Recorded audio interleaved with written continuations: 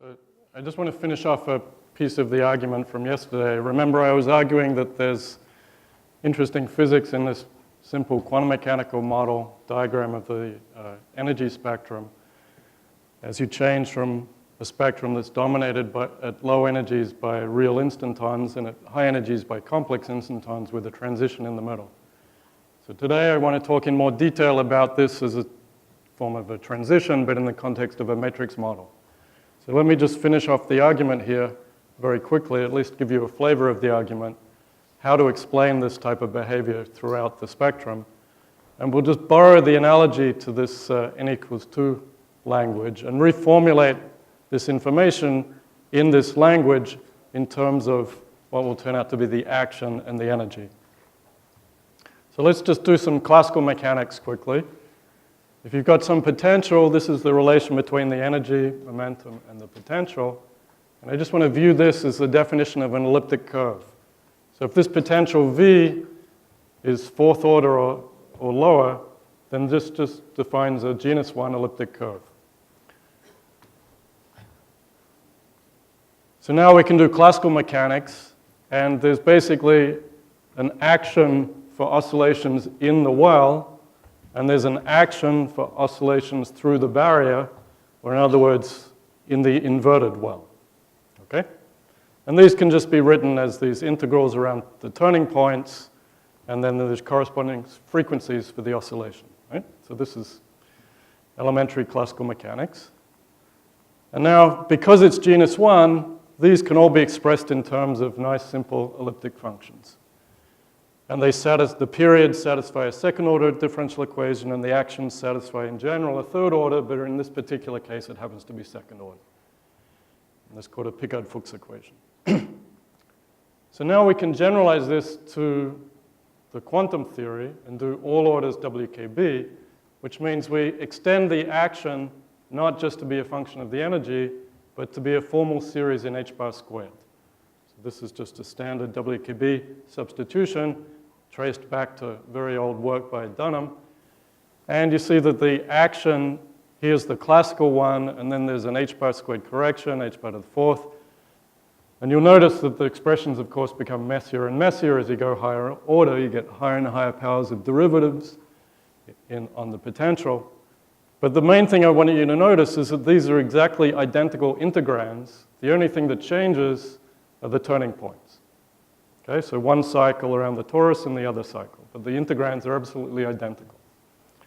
So now the proof is actually very, very simple. So let me just walk you through it quickly. It's a basic fact about the torus that if you know the integral around one of the cycles, you can immediately write down the integral around the other cycle. It's just you replace u by 1 minus u. It's just a simple duality transformation. So this is classical Riemannian geometry. So in other words, the classical action here immediately determines the action under the barrier, classically. So now this may be a little bit surprising to you. Normally we're taught that WKB is something about behavior high in the spectrum. But actually, if you consider this series, and you expand each of the coefficients at low values of u, so imagine the bottom of the well is at 0, so now expand around 0. This expression here is some complicated function of u and h bar in terms of n. But if you expand the left-hand side at small u and invert, you can write u as a function of n and h bar. Okay? Is that clear? And if you do that, you just end up with perturbation theory. You get an expression for the energy as a function of h bar with coefficients that are just polynomials in n. So this expression here is absolutely completely equivalent to perturbation theory. And if you know these actions here to a certain order in h bar, that's equivalent to knowing perturbation theory to a certain order. Okay? So that's not the way people normally think about perturbation theory, but it's completely equivalent to perturbation theory. So in other words, this thing here contains all the perturbative information about the problem, whereas the other one contains all the non-perturbative information about the problem. So actually, if you rephrase that perturbative, non-perturbative relation that I showed you before in terms of this language of action and dual action, the quantum action and dual action. The question is, if you know this, do you immediately know the dual action? So now let me show you how to prove that very easily. It's a feature of these genus 1 systems that all these higher order actions, these funny integrals here, this one, this one, this one, they can all be expressed in terms of the 0th order one with a differential operator acting on the 0th order one. And it's just a matter of manipulating integrams. You just add and subtract things in the numerator and then complete the square and add them all up. And the point is that it's the same differential operator, because all you're doing is manipulating the integrands, and the integrands are identical. Okay, so this is also a classical piece of Riemannian geometry, Weierstrass, Legendre, etc. The fact that you can do this. So what it means is, if you know this to some order in H bar, you know what these differential operators are on this side. And that, remember, that's equivalent to knowing perturbation theory to a certain order. But as soon as you know that to that order, you immediately know this guy to that order. It's just that it's starting at a different point, but the different point is also determined by the perturbative information. Okay? So it relies completely on this basic fact about the torus. And there's a generalization of these identities for higher genus. But it means, in practice, that knowing the perturbative information to some order immediately implies or encodes the non-perturbative information to the same order. And if you then pass that result through the translation, you end up back with a different way of writing that perturbative, non-perturbative formula to all orders in H bar, and the Wronskian relation at the classical level just gets a very simple shift to all orders in H bar. Okay, so that's the strategy of the proof. I don't want to spend too much more time on it. You can just go through it yourself, but I just want to emphasize that it's very simple if you rewrite things in terms of these all orders actions.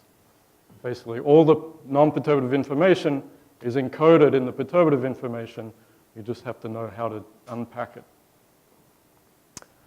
All right, what I actually want to focus on today is a relation of resurgence to phase transitions.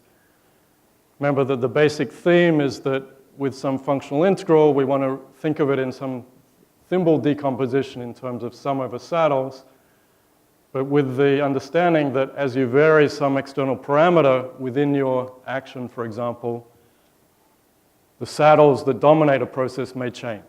We want to identify that sort of behavior with a phase transition.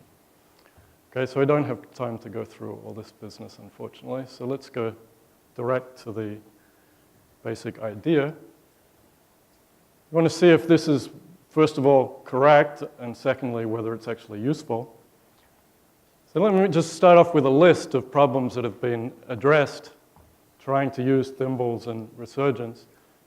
So there's this very old story from Schulman's beautiful PhD thesis. He has this nice book on path integrals, trying to solve the path integral for the particle on a circle, which immediately generalizes to the motion of a particle on a Lie group manifold. And there are two ways of writing the path integral. One is a sum over the spectrum, and one is sum over windings. They're dual to one another, and that's just you can interpret that in terms of two different decompositions of the functional integral, and the transition between the two is a turning point, is a saddle point. And I'll show you how that shows up in 2D Yang-Mills in a minute. Numerical people have addressed the Bose-Gas, the Turing model, Hubbard model, using these sorts of Lefschetz thimble ideas. It's still in early days from the numerical perspective, but they've already solved some fairly non-trivial problems by coming to grips with this idea of trying to find steepest descent functional contours. And then there are some more analytic results, and I'm going to pick one, which is this Gross-Witten-Wardier model, this matrix model, that's closely related to some of the physics that Professor Kim was talking about in his lectures. but much simpler than those. Let me just mention a few briefly before I go on. There's this very nice model called the Gros-Neveu model in 1+1 dimensions. It's asymptotically free. It has dimensional transmutation. It has chiral symmetry breaking, discrete chiral symmetry breaking. And at large NF, it has a very interesting phase diagram in terms of temperature and chemical potential. So unfortunately, the diagram in many of the review papers and books is actually incorrect. The diagram that you will often see is based on the assumption of a uniform condensate solving the gap equation. It turns out you can solve the gap equation for inhomogeneous condensates. And there's a very interesting crystalline phase at high density and low temperature. So the question I'd like to ask, this is now solved analytically because it's related to some integrability of this Gros-Neveu model. But the more interesting question at this point is, how would you be able to identify this behavior from some sort of asymptotic expansion or perturbative expansion where, say, you expanded around zero temperature or around large chemical potential or around small chemical potential? Could you identify this tricritical point? Could you identify this crystalline region just from perturbative analysis? So if you try to probe near this tricritical point, you turn out you're doing a Ginzburg-Landau expansion. So you're expanding in functionals of the condensate. So to see a crystal, you have to allow for a spatially inhomogeneous condensate. That's what makes this problem interesting. And the coefficients are known functions of T and mu, because you have to evaluate this log det, and it turns out for the solutions of that, self-consistent solutions of this gap equation, you can actually evaluate this in closed form. And so you know these functions. And the question is, if you weren't able to do that, could you do it approximately? Just by calculating, say, to quartic order in the condensate, then sixth order in the condensate, and searching. So here's what happens to order 6 in the condensate. So you just expand this in the appropriate powers of the condensate and the appropriate powers of derivatives, so it's like effective field theory. And you see already the red is the crystalline region, so there's some small sliver of the crystalline region near the tricritical point. If you include the next order of this Ginzburg-Landau expansion, you see more of the crystalline region. And then one further on, you start to see more. So this is actually a divergent expansion, this Ginzburg-Landau expansion, because it's a derivative expansion, and those are generically divergent. And you see that you can start to build up the entire crystal region with this expansion, but you can have great difficulty going to this point here, which is, in some sense, the most interesting corner of this phase diagram. It's the transition here from the uniform massive phase to the crystal phase. So that's the most difficult point, but you can actually use the expressions at t equals 0, and you can start doing expansions at large chemical potential, small chemical potential, high density, low density. And you notice something very interesting, that the large chemical potential expansion is convergent. And from the radius of convergence, you learn where the critical point is, that 2 over pi point. But if you try to probe near that point, you discover that actually the low density expansion, so here's the convergent high density expansion, or large mu expansion. But if you look at the low density expansion, there are just a few terms in the perturbative one, and the rest are non-perturbative terms. Okay, so the conventional approach to the low density approximation here, in terms of just a series analysis, is missing the interesting physics of the neighborhood of this transition point. So this is a simple example in the sense that it's solvable, but these are the sorts of things we would like to be able to do in something like the QCD phase diagram, where we have information about asymptotically high chemical potential, but we'd be more interested in probing a region near nuclear density. Okay? So this is a nice example of seeing this non-perturbative feature coming from these Borel summations and asymptotic series. So this 2D Yang-Mills thing that I mentioned is this beautiful work by Douglas and Kazakov, identifying it as a large N phase transition. If you consider 2D Yang-Mills on a sphere of a given radius, well, you know the spectrum. So you can just sum over the spectrum. There are sum over representations, and there's a degeneracy factor, and it's just e to the minus the Casimir from the representations. So this is sort of the spectral representation of the partition function. And this generalizes what Schulman did for the particle in the circle, which if you're not familiar with, students, I would strongly urge you to read that chapter in Schulman's book on path integrals. It's an extremely instructive exercise. What Douglas and Kazakov noticed was that now n here is from the Yang-Mills SUN, and at large n, there's a phase transition in a particular area, the way they normalize it at pi squared. And then it was pointed out in also some very nice work by David Gross and Matitsin that this can be interpreted as instanton condensation, because on the other side of the transition, you can actually do this calculation of the partition function a different way in terms of monopole saddles. So there are monopole solutions that are just these abelian monopole solutions, and if you calculate the partition function that way, you get a sum with some exponents that go like 1 over a, whereas this was e to the minus a. Yeah, it's just a weird convention, normalization convention. Okay. These two calculations are related just by a Poisson duality, summing e to the minus n squared or inverting the coefficient of n squared. And the phase transition is just interpreted physically as the change between these saddles that you can regard as monopoles and these spectral sums over representations. Okay, so that's also a very, very nice calculation that fits into this general picture of identifying these phase transitions with saddles. Now I'm going to move to this Gross-Witten-Wattier model, which is even more explicit, but very similar physics.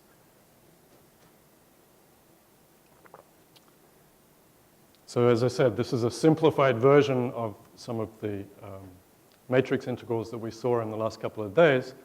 So the partition function is the integral over n by n unitary matrices. And the action, so to speak, is like a cosine action. It's u plus u dagger. And there's a coupling. So the partition function is a function of two variables. So remember I said yesterday when we were talking about the Matthew equation spectrum that once you have two parameters, an n and a coupling, the story becomes much richer and much more interesting. So with these two variables, we can treat a 't Hooft coupling, and I apologize, in some of my slides, t becomes lambda, but it's not too complicated. And what was noticed by Gross-Witten and by Wattier in about 1980 was that at n equals infinity, there's a third order phase transition in this system. And since that time, it's been realized that this is not just any old phase transition. It's a phase transition that shows up in many, many different problems, both from physics and even mathematics. There are all sorts of combinatorial problems in mathematics that obey exactly the same phase transition behavior. At its double scaling limit, where you zoom in to look at the neighborhood of the phase transition point, this system is described by this Painlevé-2 equation that we talked about in the first lecture, in the second lecture. At finite n, it's described by a Painlevé-3 equation, and I'll give you the details of that in a little bit. But this is also a case where the physics of the phase transition is one of condensation of instantons and interchange of saddles. And this is, even though this is a different model of 2D Yang-Mills motivated by lattice gauge theory, the behavior of the transition is very, very similar to the Douglas-Kazakov story for Yang-Mills on a finite manifold. So let me begin by just showing you some brute force numerical results, because the analogy I want to make is if you were trying to solve UN Yang-Mills, and you wanted to do some sort of thimble decomposition or semi-classical expansion a la Resurgence, the first thing you would need to do is to identify the saddles, and then you would need to identify which saddles contribute in a certain phase. So let's try to do that problem for this problem. Okay? So numerically, sorry, not there yet. Let me show you some of why it's called a third order phase transition. Here's a plot from the Gross-Witten paper as a function of the 't Hooft coupling. Here's the specific heat over n squared, and it develops a kink at n equals infinity. I identified that as a third order phase transition. You can also think of it in terms of the beta function. Now, it sounds a little weird to talk about a beta function in this type of system, but the way it's defined is that you think of a Wilson loop as the expectation value of the trace of this unitary matrix U, and if you remember where this came from a one plaquette model of lattice gauge theory. So there's really secretly a scale, the lattice size there. And so if you identify this with the lattice scale A with some string tension and take a limit where you keep the string tension constant, then that basically expresses A as a function of lambda and n, or you can view lambda as a function of A and n by this identification. And then you can define a beta function through the running. Sorry, this should be an A, I guess. Sorry, that's typo. So here's a plot, again, from the Gross-Witten paper, that if you looked at the beta function at infinite n, it has two different functional forms when lambda is lower than the transition or higher than the transition point. In this normalization, the transition point is lambda equals 2. So you see, these agree at lambda equals 2, but they're different functions below and above lambda equals 2. And the point that they make is that if you only knew the strong coupling expression here, and you followed this line, and you continued to follow this line, you might conclude that there's a beta function 0 at lambda equals 1. Likewise, if you only knew the weak coupling result at infinite n, and you followed it beyond the transition point, you might be led to the conclusion that there's a 0 of the beta function, some fixed point at lambda equals 4. And both of those conclusions are wrong. Because what actually happens is that this is the correct physical contour, that it jumps at n equals infinity, but if n is finite, it's just a smooth crossing from one of those curves to the other. Okay? And in order to see where this smooth jump from this point to this point comes from, you have to go beyond this infinite n calculation and look at what the finite n corrections are. And they turn out to be in terms of large n trans-series expansions. So that's what we're going to get to. Okay, any questions about those figures? So this is a very nice model because it's extremely simple. There are a lot of analytic tools to analyze it, but you already see a lot of subtleties because there are many different limits. You can imagine expanding the partition function at fixed n at weak coupling, at fixed n at strong coupling, or you fix a 't Hooft coupling limit where you take n to infinity and the coupling to 0 such that the product is fixed, and then you might expand in a large n expansion. And all of these expansions are trying to describe exactly the same function. Right? And they're all different trans-series expansions that turn into one another as you change the parameters in these different directions. And so this type of behavior is what you should expect if you're studying a gauge theory which has a coupling and also some n. Okay? At least this type of behavior. So let me start off with just some numerical observations. So from random matrix theory, there's this standard orthogonal polynomial technique for doing these sorts of matrix integrals. I'm not going to review that. But if you apply that, this partition function that originally was written as an integral can just be written as a determinant, an n by n determinant, whose entries are modified Bessel functions. Okay? It's just a fact about this orthogonal polynomial result applied to this particular partition function. The parameter here, x, is basically the inverse coupling. Okay.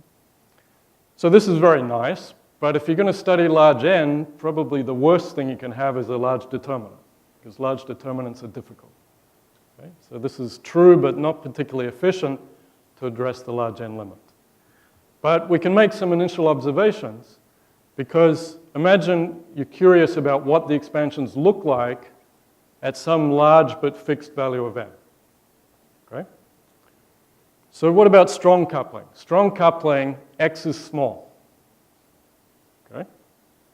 So if x is small, you've got a gigantic determinant, and each entry of the determinant is a very simple function that has a convergent expansion at small x with infinite radius of convergence. Okay? So at fixed n, there's just no question. This thing has a convergent expansion at strong coupling. Okay? Conversely, if you now look at large values of x, so that's weak coupling, remember that the Bessel functions, these modified Bessel functions, have exponential behavior at infinity, right, multiplied by fluctuation terms. These are one of these examples that we talked about in the first lecture. So these are asymptotic series, they're divergent, and they have exponential contributions depending on the phase of this parameter x. It could be growing, if you're on the positive real x-axis, then these Bessel functions grow exponentially. But if you go to some other direction in the complex x-plane, they could either oscillate or they could decay. But it means that if you were to expand this at some large value of n, you would clearly immediately obtain a trans series. You would have powers of exponentials multiplied by asymptotic series, okay, just structurally. So what we want to understand is how is that possible to have a convergent expansion on one side turning into a divergent expansion on the other side, and a convergent expansion that doesn't look anything like a trans series turning into a trans series on the other side. And this is a very, very close analogy to what I said about this periodic potential problem, where the expansions for the gaps high up in the spectrum are completely convergent expressions for a given gap label, whereas the bands are all described perturbatively in terms of asymptotic series. Okay? So you can just do some numerics on this thing. You can just take a large value of n and use Mathematica or something to just search for zeros. So this is the Li-Yang argument, that you only see a phase transition in the thermodynamic limit, which in this language would be at infinite n. Right? But you can search for zeros of the partition function. They'll lie in the complex plane at finite n. And the idea of Li and Yang is that as you approach the thermodynamic limit and take n to infinity, these zeros of the partition function should approach and pinch the real positive axis at the phase transition point. Okay? So that's the proposal of Li and Yang, studied in the Ising model and many other lattice models. So we can just test it here, because for a large value of n, this is still just a big determinant, and you can search for zeros and do that. And so here's a picture of what happens. So this is now the psi is this 't Hooft parameter normalized so that the transition point is at 1. And indeed, the complex zeros of the partition function fill out a region that pinches the real axis exactly at the phase transition point. Okay? So this is a way to search for signals of a phase transition from looking at zeros of the partition function, which remember will become singularities of the free energy. That's why they're associated with these phase transitions. So this is a possible way to look numerically for possibilities of phase transitions. Another way to do it is more like the analysis that Professor Kim was talking about. These are unitary matrices, so you can rewrite everything in terms of the eigenvalues, and the eigenvalues are just phases. So you can reduce the integral over the unitary matrices to integral over these phases zi, and this is sort of the action, and this comes from the group theoretic measure factor. And so you can just apply a completely brute force approach to this problem and say, take a large value of n and just look for critical points of this. Okay? So just a numerical search. It's non-trivial when n becomes large, but there are some slightly more sophisticated versions of Newton's method for searching for these critical points. And you learn some interesting lessons already when n is 20 or 40 or something. But in this analysis, we were able to go to 400 by 400 matrices. So let me just show you a few pictures. So this is in the weak coupling regime, where lambda is less than 2. I think, yeah, 1.5 here. So what I'm plotting here, these are the phases of the critical points of that action for different, for lambda equals 1.5 here. And there are different saddle points, and you can characterize them by an instanton number, which is the number of critical points that are not centered at 0, but are centered at pi. So there's nothing here, there's just a gap in the spectrum, but here there's one sitting at pi all on its own, and then there are ones that line up and move into the complex direction. Right? So remember, initially these z's were just real between minus pi and pi, but if you search for saddle points, there's no reason that the saddle points should be real values of z. And you learn that the dominant non-perturbative saddle is this one here, where you open a gap and you just have one isolated value sitting at pi. Okay? And you can continue up to a higher instanton number. Okay? So this is purely numerical search. And now you can repeat the same search, but fixing lambda to be bigger than 2. And now you see a completely different story, that lambda now is bigger than 2. The lowest action contribution is where they're uniformly distributed around, not uniformly distributed, but they're distributed around the whole circle. And there's another one that is exponentially degenerate with this, which has one eigenvalue sitting right at pi. But the leading non-perturbative saddle has 2 that are, again, in the complex direction. And as you increase, these extra guys line up along the complex direction. Okay? So again, this is just purely numerical observation that if you start searching for saddles at strong coupling, you see a completely different structure. And you can probe a little bit more carefully. On these saddles, you can evaluate the action. Okay? So it's just an integral. You found the saddle, you evaluate the thing in the exponent at the saddle. And those are these black dots here at strong coupling and the red triangles at weak coupling. And the solid lines are the predictions coming from, not the predictions, the solutions coming from the standard matrix model machinery for these weird expressions for the strong coupling saddle action and the weak coupling saddle action. So you see that this is, you're seeing already when here n was 400, but there are similar plots when n is as small as 40, that you start to see this type of large n behavior already in this numerical analysis. And it really is a change of the dominant saddles, and it involves these complex saddles from this search. This is a microscopic view of these instanton saddles. Okay, but that's about as far as you can push numerics. I mean, 400 by 400 are very large matrices. That was an extremely non-trivial search.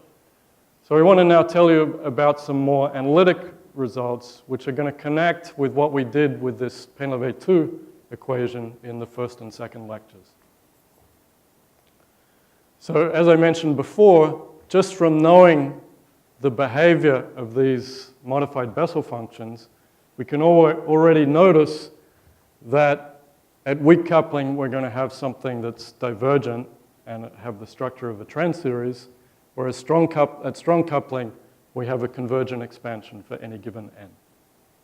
And there's a very interesting transition between the two, which is what I want to now focus on, because the numerical work is not able to do this as finely as we would like. Okay, so is that okay so far? All right.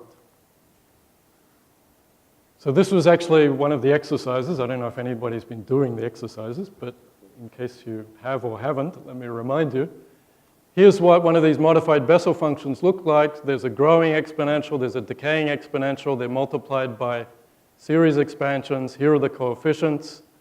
And you can look at their large order growth, and you see that it's factorial.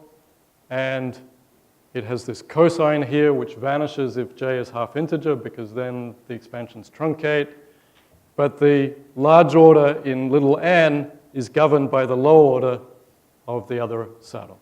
Okay, so it has this generic resurgent trans-series structure. But now imagine that you take this expression for different values of j, insert it into the determinant, and re-expand.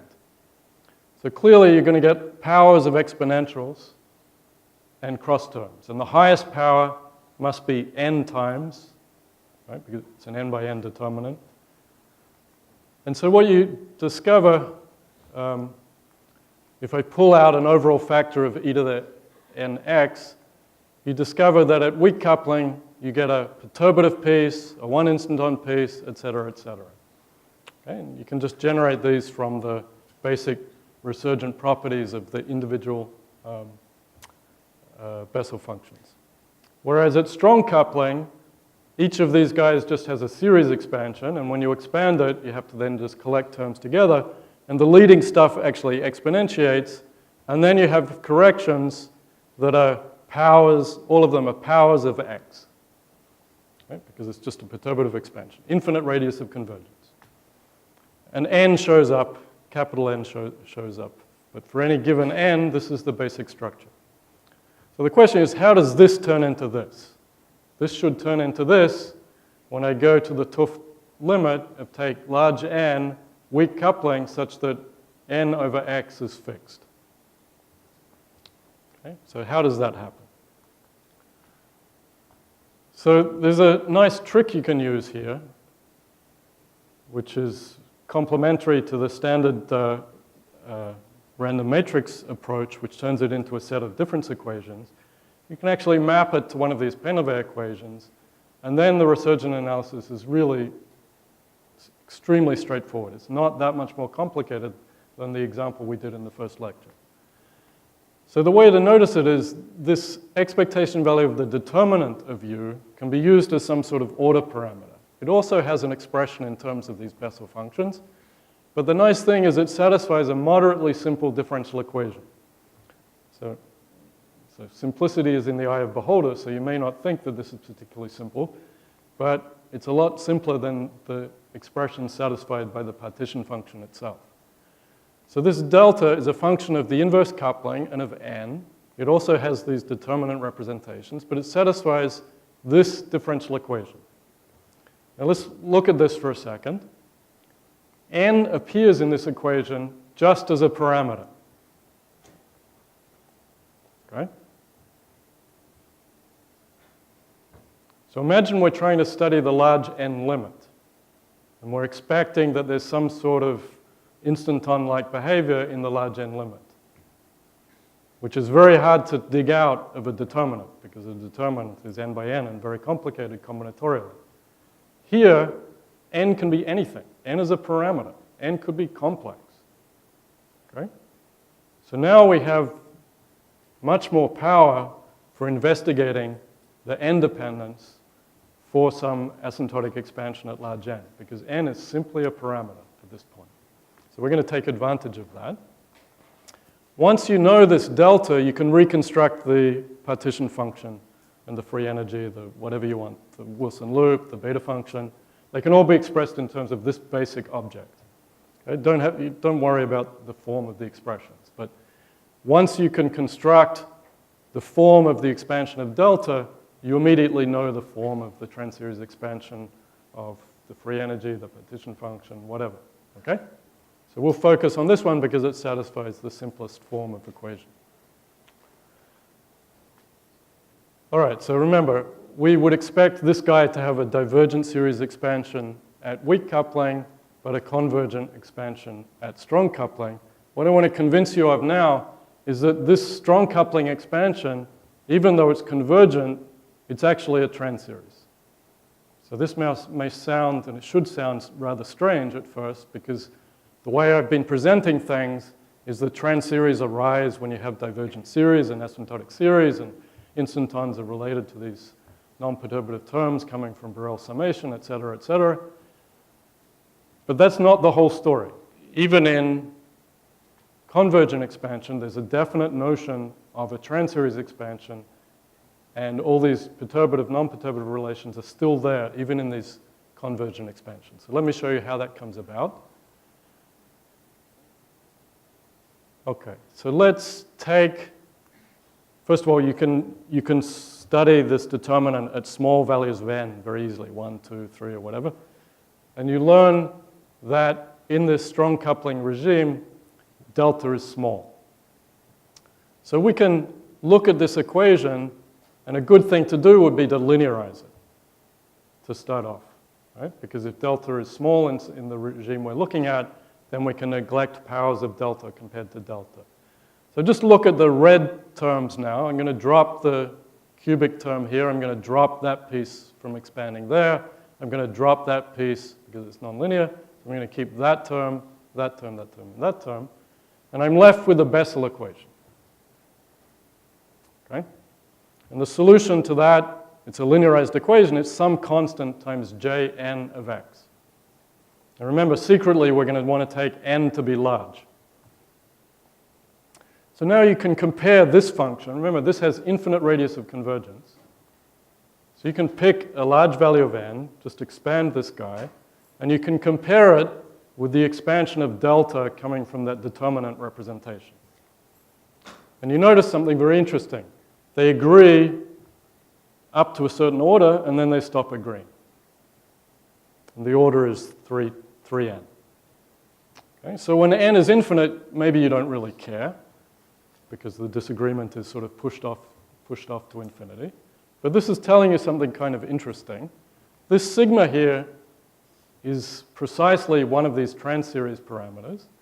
And the way to solve the full nonlinear equation is to regard this as the perturbative solution, and then write the correction to that, and collect powers of sigma, and you learn that the reason it stops working at x to the 3n is that the next instanton solution is essentially Jn cubed, okay? Which comes from just inserting this type of ansatz, deltas, odd powers of sigma, with some function to be determined, and you learn that the first one is Jn, the next one is Jn cubed times some fluctuations, and so on. And that just follows immediately from the structure of this equation and inserting this trans series ansatz. Okay? So now once you've seen that, you see that this x to the n, which is the leading part of this, is the basic instanton. And the next one will have x to the 3n multiplied by a fluctuation factor. And the next one will be x to the 5n multiplied by a fluctuation factor. And it's absolutely, genuinely a trans series. And each of these terms is what's going to transform into the trans series on the other side. Okay? Even though all of the expansions here are convergent. Okay? Again, this is exactly what happens in the periodic potential problem. If you study the expansions for the gaps at strong coupling high up in the spectrum, the expressions for the gaps are all powers of inverse h bar, and they have the feature that they agree with your naive large n expansion to a certain point, and then they stop. And that next term is the next instanton multiplied by another, which again stops at some point, and then. Okay, so it's genuinely an instanton expansion. Remember, in that case, we could identify it with these complex instantons. Same story here. But here, we're able to resum to all orders each of these instanton contributions. So just to make some plots, this is for n already equal 5. At n equals 5, the transition point should be at x equals 5, which is around here somewhere. The blue is the exact determinant representation. Red is this leading resummed perturbative contribution, and black is when I include the next one. And you see it just hugs this as you add more and more instanton contributions, way beyond the transition point. Okay, that's the explanation of how the strong coupling at fixed n can have a trans-series form even though it's convergent. So now I want to look at the phase transition itself. So now I want to look at this 't Hooft limit, and now I'm using notation t instead of lambda as an extra factor of 2 just to put the phase transition at 1 instead of at 2. It's just a matter of normalization, convenience. So I just take the original equation and rescale. It was a differential equation in x with n as a parameter, so I can just rewrite it as a differential equation with respect to t. Completely straightforward. Again, n is just a parameter. And now remember that the Gross-Witten-Waddell phase transition was at n equals infinity. And at n equals infinity, this delta had this strong coupling behavior and this weak coupling behavior. And you see it's just a matter of algebra. At n equals infinity, we can neglect these terms and this term, and we just have to balance this term against this term, which is a simple matter of algebra. And there are two solutions. Lambda is 0. Sorry, not lambda. Delta is 0, or delta is square root of 1 minus t. Okay? And if you draw a picture, here are the infinite n plots, the red line, and then 0. And if you include if you look at finite n, there are these exponentially small contributions on the strong coupling side. So that was infinite n, but since n here is just a parameter, it's absolutely routine to just insert into this expression an ansatz in terms of inverse powers of n. Right? And then you can develop recursion formulas just to expand for any given t in the n expansion. So if you do that, turns out it's inverse powers of n squared to start off with, and you can generate these coefficients. They're functions of t, but they just fall out of the differential equation. It's just matching terms, completely straightforward. But what you learn is that there's also an exponentially small piece, so these are large n instantons, and the differential equation tells you what this weak coupling action is. So this was that. Remember, I showed you this plot on one side of the transition, and on the other side, this is the weak coupling action. And it's a one-line calculation from the differential equation. You just plug in this ansatz and look at the first exponential term and integrate. Okay, but this is a genuine weak coupling trans series. This is a divergence series in inverse powers of n squared. And we can look at the large order growth of these coefficients for any t that happens to be on the weak coupling side. Likewise, this large n instanton factor is multiplied by a fluctuation series in inverse powers of n with coefficients that are also functions of t. Okay? And again, this is just ansatz expand. Extremely straightforward. So what you see is something quite interesting. Here's the large order growth of these perturbative coefficients. So it's factorial. There's a power, which happens to be powers of this weird-looking function. I think never in a million years would you, from fitting, have guessed this function, right? But from the differential equation, it's clear that this has to be the function with a prefactor. And then the subleading term, I only had room to write the next one, but you can work out as many as you want, has one more power of this weak coupling action, the appropriate one to lower this gamma function, and some prefactor, which is a function of t. Okay, so this is this generic large order behavior of expansion coefficients. And now you can go look at the low order terms in this expansion.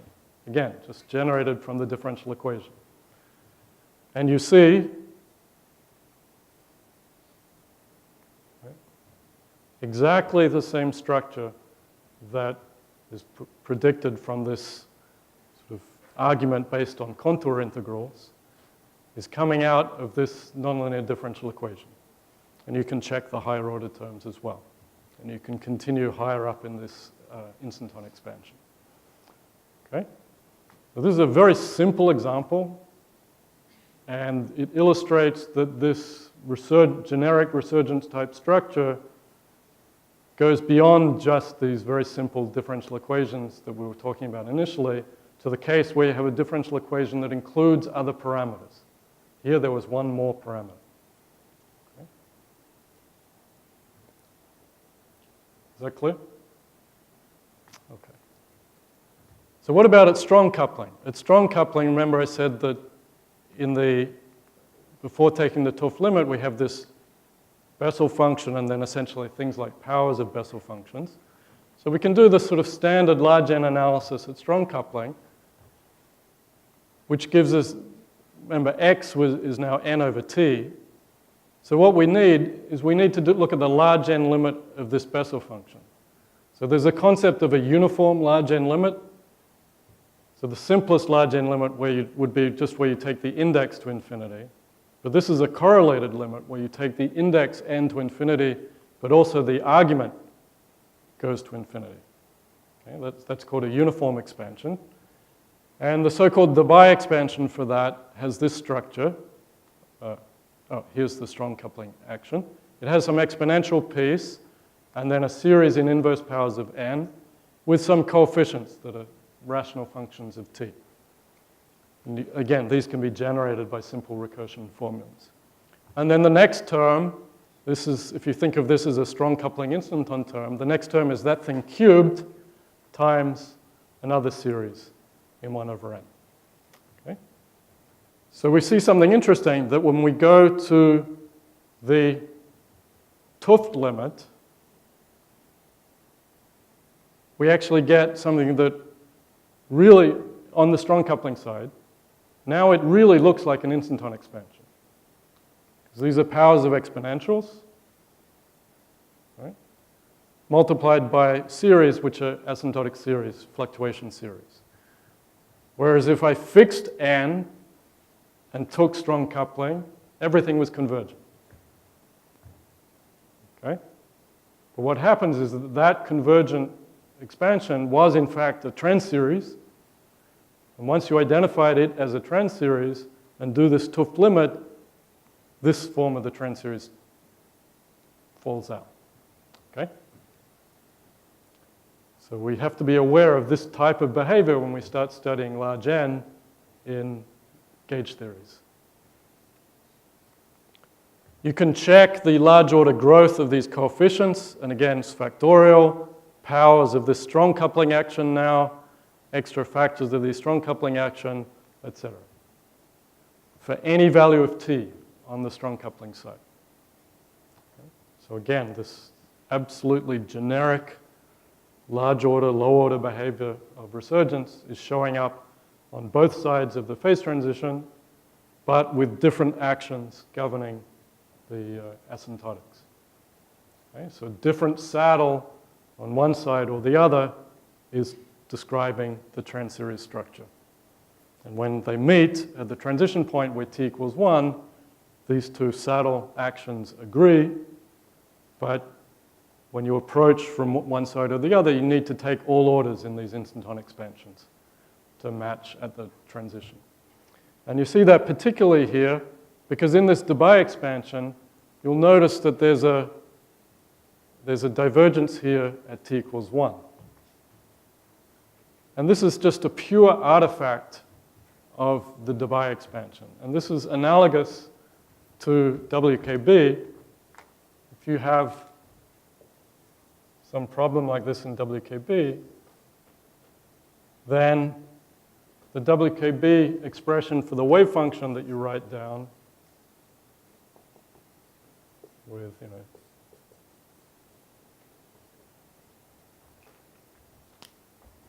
diverges at the turning point, right? And then we have to go through all sorts of loops to fix that.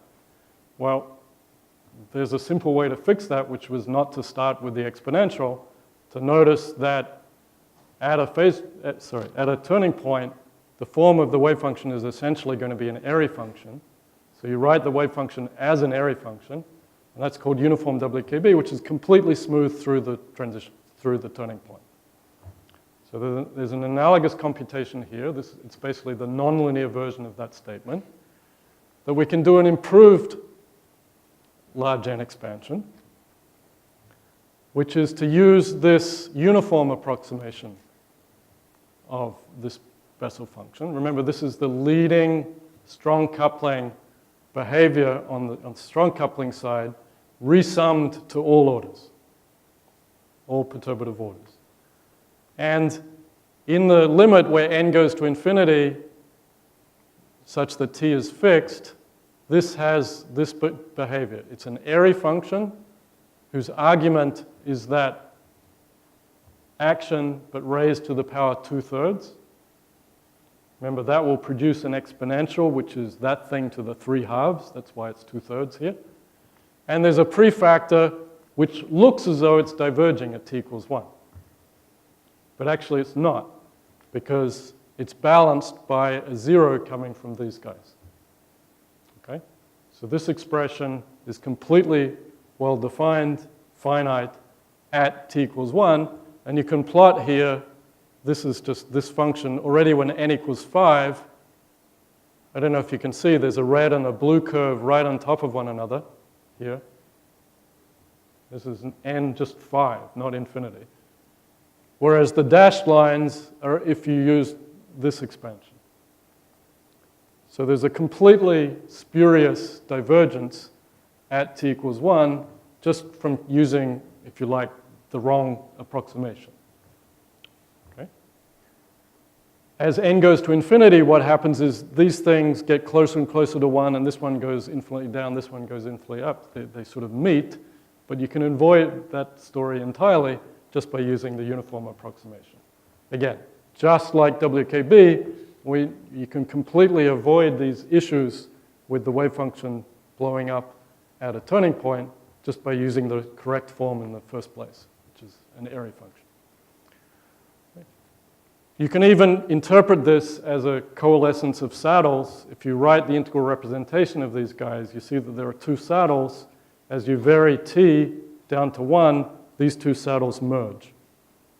And if you treat that properly, you get an airy function, and if you do it very naively, you get this Debye expansion. All right, so once you have that, we can say, look at the Wilson loop. This is one step towards studying the beta function. And the Wilson loop is just expressed in a simple form in terms of this delta function that I was calculating. So we end up with a uniform large N approximation at strong coupling, which just looks like this in terms of these Bessel functions. Remember, these are resummed to all orders at the leading order of this trans-series expansion. And here I've plotted again for n equals 5. The blue curve is the exact one just coming from the determinant representation. Red is this uniform expression, and the dashed lines are the standard large N approximation. Okay? So what it's telling you is that there's a better way somewhere to do a large N approximation uniformly, which in this particular case we can see and study very easily because we boiled down the problem to one of these simple nonlinear equations. In more complicated theories, it's not obvious how one would find this, but the message is clear, that you may be able to uniformly resum these instantons and their fluctuations. So this, as I think I've said these already, we might expect a similar phenomenon in quantum field theory. Okay, any questions on that?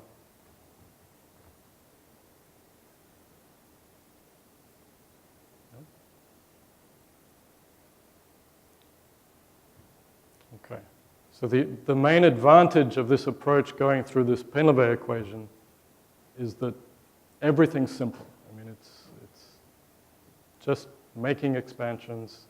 There's nothing sophisticated. All these resummations just come out from simple differential equations. So what about this connection to the problem that we did in the first and second lectures, which was Paine-Levé 2? There's something called a double scaling limit, and it was realized very, very early on that this immediate vicinity of this phase transition is described by this double scaling limit in terms of the solution to this Paine-Levé 2 equation that we talked about already. So how does that connect with what I'm what I've been saying here. The scaling is such that you look close to the critical point. We know already that the critical point is at t equals 1. So you define a new variable, which is the deviation from the critical point. So now strong coupling will be positive kappa, weak coupling will be negative kappa. And you define a function which is just a function of kappa, not separately a function of t and n. And you have to put in some clever scaling to make things match in the differential equation, but again, once you have the differential equation, it's absolutely trivial to work out what these appropriate powers are. And in that case, the equation that I wrote down for delta reduces to this equation for this function y. N has now disappeared from the problem. Okay? You've scaled it out. It's as if you looked in the vicinity of t equals 1 and you zoomed in on that region. So in this language here, from good old linear problems in quantum mechanics, you're just zooming in right in the vicinity of the turning point, which you know reduces to just an Airy function. Here we're just doing that at the nonlinear level. So instead of the Airy function, we get the nonlinear Airy function, this solution to Penlevet 2. And now you can notice that there's this weird property of this Bessel function that if you rescale it like this and take the limit, indeed, you land on an Airy function. And so all of the structure of this trend series that I mentioned here, including n, just rescales down to the trend series that we described for Penlevet 2 at positive kappa and negative kappa. That just corresponds to one side of the phase transition or the other side. Okay? Now remember, this would have been very strange if you hadn't understood how to take the strong coupling convergent expansion and reinterpret it as a trend series. How would that have transformed through the phase transition to turn into a trend series on the other side at weak coupling?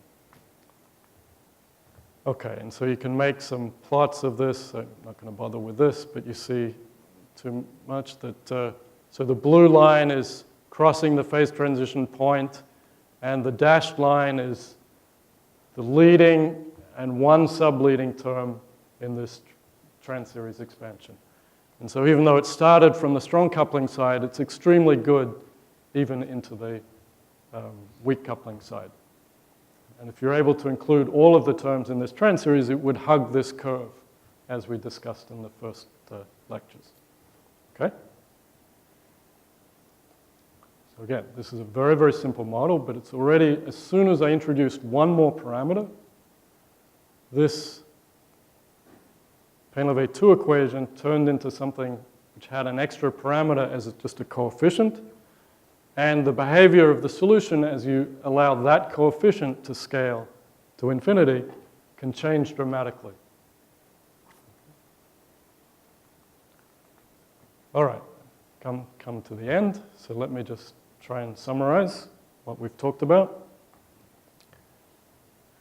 I think the leading approximation to the message is that Resurgence gives you some way of connecting perturbative analysis and non-perturbative analysis in such a way that you discover all sorts of interesting interrelations between perturbative sectors and non-perturbative sectors, the most generic one of which is that if one of the perturbative expansions is divergent, the large order behavior of that series tells you something about the structure of non-perturbative terms in the trend series.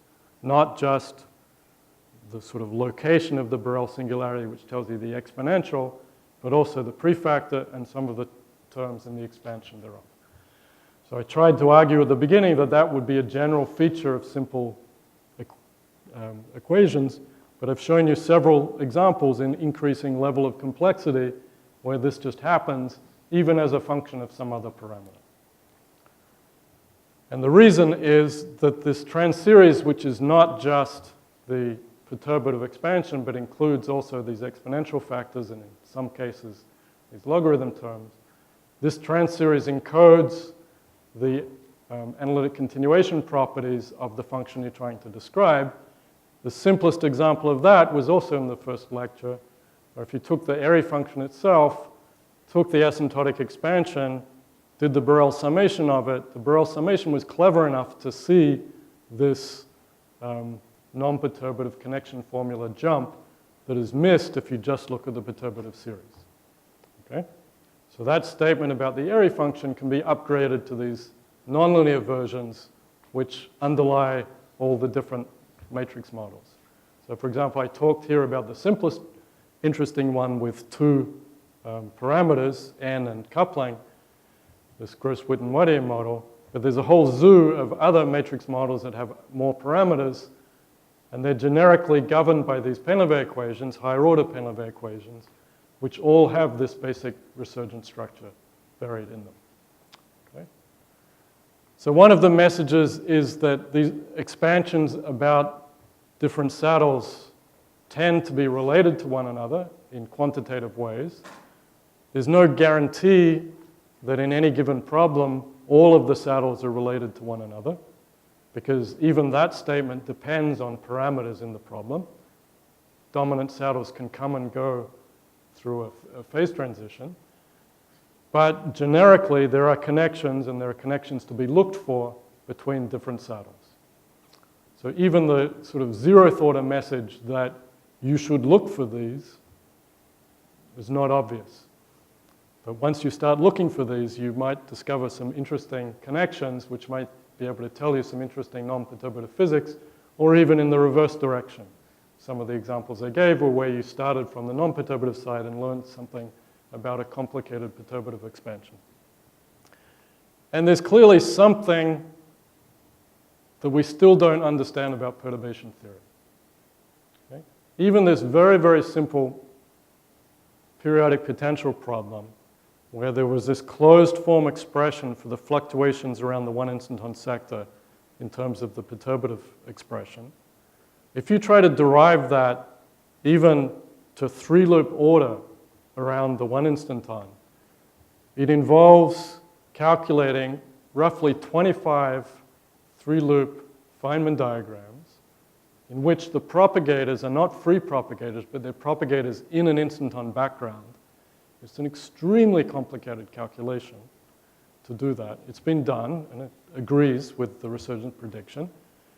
But the fact that you've got a very, very simple prediction looking at it from the resurgence perspective, and you've got a very complicated confirmation of it using standard Feynman diagram techniques, strongly suggests that there's still something interesting to be learned about efficient, clever ways to reorganize Feynman diagram calculations. I've given you several examples. Here, I think on this line, I would argue that everything is quite well understood at this point. There's been a huge amount of work in matrix models and certain string theories, supersymmetric quantum field theories. There's been work in large N, both in terms of localizable theories, but other just raw matrix models. We learned something new about the infrared renormalin problem in asymptotically free theories. There were these interesting connections to these supersymmetric theories through connecting differential equations to these supersymmetric theories on a path that went through integrability. And I think we'll hear about that in the next lecture, this so-called ODE integrable model correspondence. This is yet another way of looking at that connection. And at first sight, it's very surprising that you can boil down these complicated integrable models to just solving a differential equation, a linear differential equation. So there's something still, I think, to be understood there. I think maybe the deepest thing here to learn from resurgence, or the most far-reaching application would be if there can be continued progress on the lattice side, the numerical side, to really implement this thimble idea of trying to deform the path integral into steepest descent functional contours in order to control problems where you really have to deal with the Minkowski real-time path integral, for example, sign problem, non-equilibrium transport problems. I think that may be the arena in which we get the most reward from resurgence in the near future.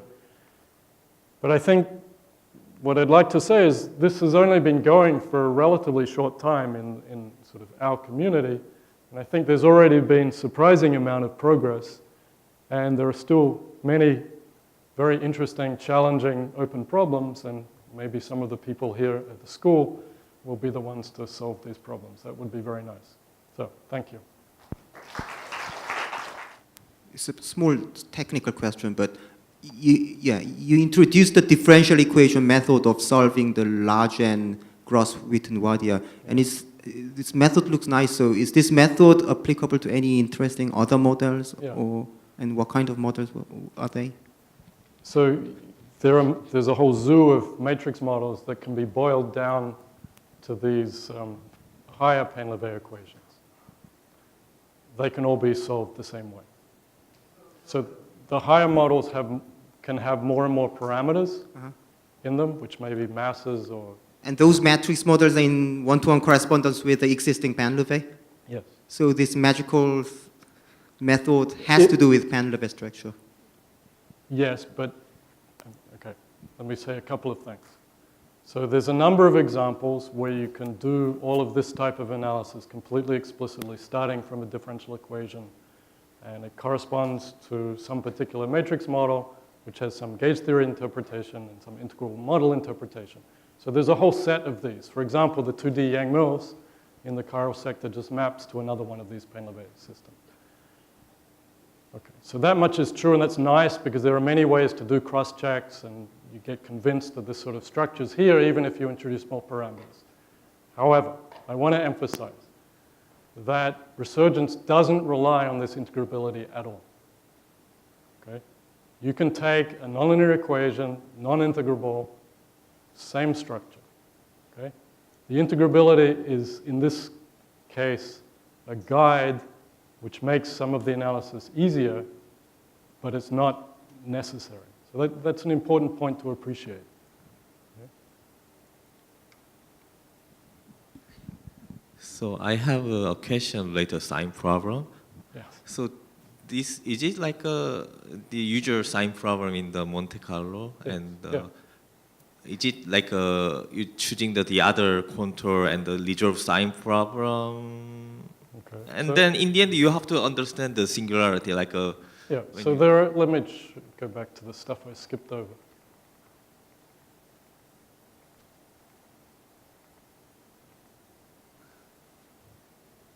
So again, at ground level, the idea is this. If you have some complex piece in S, for example, due to a chemical potential, you can't do standard Monte Carlo. Okay? We all agree on that. So if you had some way to deform this functional integral, whatever that means, into the complex field space, such that the imaginary part of this action was fixed on that deformed contour, that's the definition of steepest descent, you would be left with the real part, which is now completely smooth and well-behaved on a steepest descent path, plus a Jacobian, but that's not part of the Monte Carlo measure. And you would have to sum, so you could, in principle, reduce this to a sum over whatever the dominant saddles, and your Monte Carlo or whatever analysis you wanted to do was done on one of these thimbles. Okay? So that's the idea. Now, many problems with this idea. First of all, how do you find the saddle points? Second problem, given the saddle points, how do you find the steepest descent contours? Third problem, how do you decide which saddle points contribute to your particular calculation of your particular quantity with your particular value of the chemical potential, et cetera? Okay? Even once you understand that, that's whether this number here is 0 or not. There are relative phases to be understood. Remember again the Airy function. On the oscillatory side, there were these two saddles that contributed, but there was a relative phase that was extremely important that turned it into sine plus pi over 4. That also has to be taken into account. Okay? So there are many challenges here, but let me just show you what's been done. People have, so there's a way of using something called gradient flow to actually generate numerically the steepest descent functional contours. This has been tested in various cases. A relatively recent idea that I'd like to mention is, again, back in this Airy function, you don't have to go to the steepest descent contour. You just have to go somewhere near it. So look at this problem. The problem with this integral is that you can't integrate that. Okay? And at x equals 5, the two saddle points were at root 5 times I and minus root 5 times I. If you just move straight up the imaginary axis a little bit, the integrand now looks like that. And that you can calculate. If you went all the way to the saddle point and across, it now looks like that, which is really easy to calculate. So the message here is, you may not have to numerically really find either the saddle point or the exact thimble through the saddle point. And that's been implemented by the Maryland group. And here's a picture of it, that you're in real field space and there are some saddles somewhere or other. And you flow according to these gradient flow, but flowing to the exact solution is very complicated. But maybe you can just flow a little bit and get close to them, and you'll get much better approximations. So that's what people have been able to do so far. And they've solved some relatively non-trivial problems, including the phase transition in the 2D Turing model, some baby Hubbard model type problems. So progress is being made both at the algorithmic level and the analytic level. But it's very early days, and I think this is a point where there should be much more progress in the future. Okay, does that help? Yeah, thank you. We know a lot about large N expansion, and we also know a lot about epsilon expansion. So is there anything to connect the two that can make both of them working better? Yeah, it just hasn't been done yet. Yeah. It's on the list, but it's high on the list. Maybe I can make a comment of some stuff that hopefully will appear moderately soon. Another application I haven't talked about is purely numerical. You can ask the question, suppose you have an expansion that somebody has struggled very hard to calculate some number of terms in an epsilon expansion or a large N expansion, but that it's very unlikely that they're going to go any further soon. So you have plenty of time to play with that expansion and try to resum it. So there are standard techniques in the physics literature for doing that. Okay, for doing Borel summation and all sorts of clever tricks combined with Borel summation to take some finite number of terms and turn it into a physical number. Okay? So it turns out that if you apply the ideas of resurgence, you can dramatically improve that procedure just at the numerical level. Okay, so here there's nothing fancy about non-perturbative effects, blah, blah, blah. It's just a numerical question. That looking at the problem in the complex plane can really significantly improve the extrapolation problem from strong coupling to weak coupling, high temperature to low temperature. And that, I think, would be able to address some of these questions.